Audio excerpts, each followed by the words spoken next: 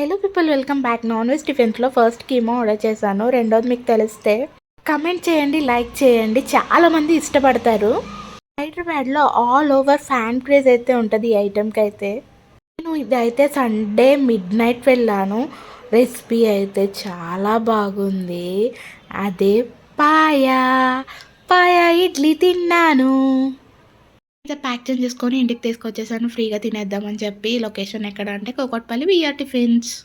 మీకు కూడా ట్రై చేయండి. పాయ ప్లస్ ఇడ్లీ బాగుంటుంది, పాయ ప్లస్ పరోటా బాగుంటుంది, పాయ ప్లస్ చిట్టి గారె బాగుంటుంది, పాయ ప్లస్ దోశ బాగుంటుంది.